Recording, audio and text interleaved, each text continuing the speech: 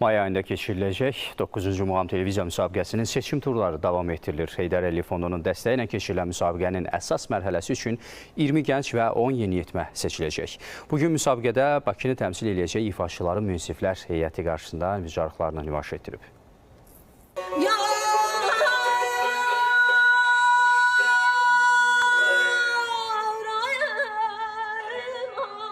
9-cu Muğam Televiziya müsabiqəsinin növbəti seçim turu Bakıda keçirilir. Münsiflər heyətində təmsil olunan xalq artistləri Arif Babayev, Mərəy xanım Əyyubova, Mənsum İbrahimov, Nəzakət Teymurova, Səkinə İsmailova, Sərdar Fərəcov, Vamiq Məmmədəliyev, əməkdar mədəniyyət işçisi İlqar Fəhmi müsabiqəyə paytaxtdan qoşulan muğam ifaçıları arasında ən yaxşılarını seçirlər.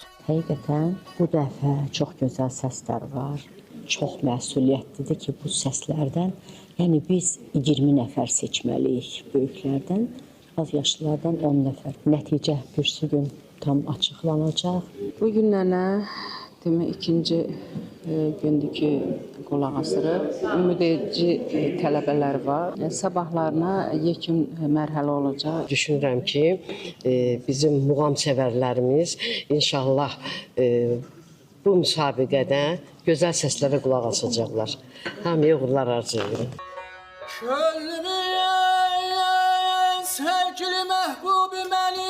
Mayın 13-də başlayacaq 9-cu Muğam Televiziya müsabiqəsində yaşı 8-dən 30-a qədər olan yeniyetmə və gənclər iştirak edəcək.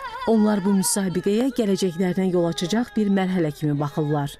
3 dəfə bu müsabiqədə iştirak etmişəm. 2 cəhdim uğursuz olub. İnşallah bu cəhdimdə uğurlu nəticə əldə edərəm. Tanınmış xanəndələrin qabağında müsabiqə vermək yaxşı bir şeydir. O adam həyəcanı görür.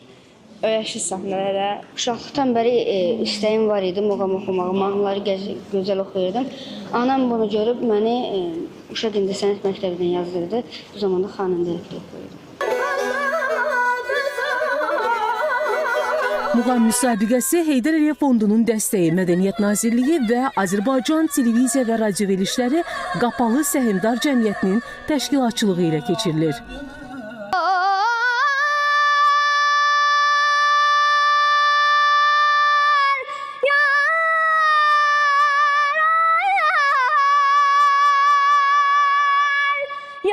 Lalə Allahverdiyeva, Bağır Kərimov, Vüsal Məmmədzadə, ASTV Xəbər.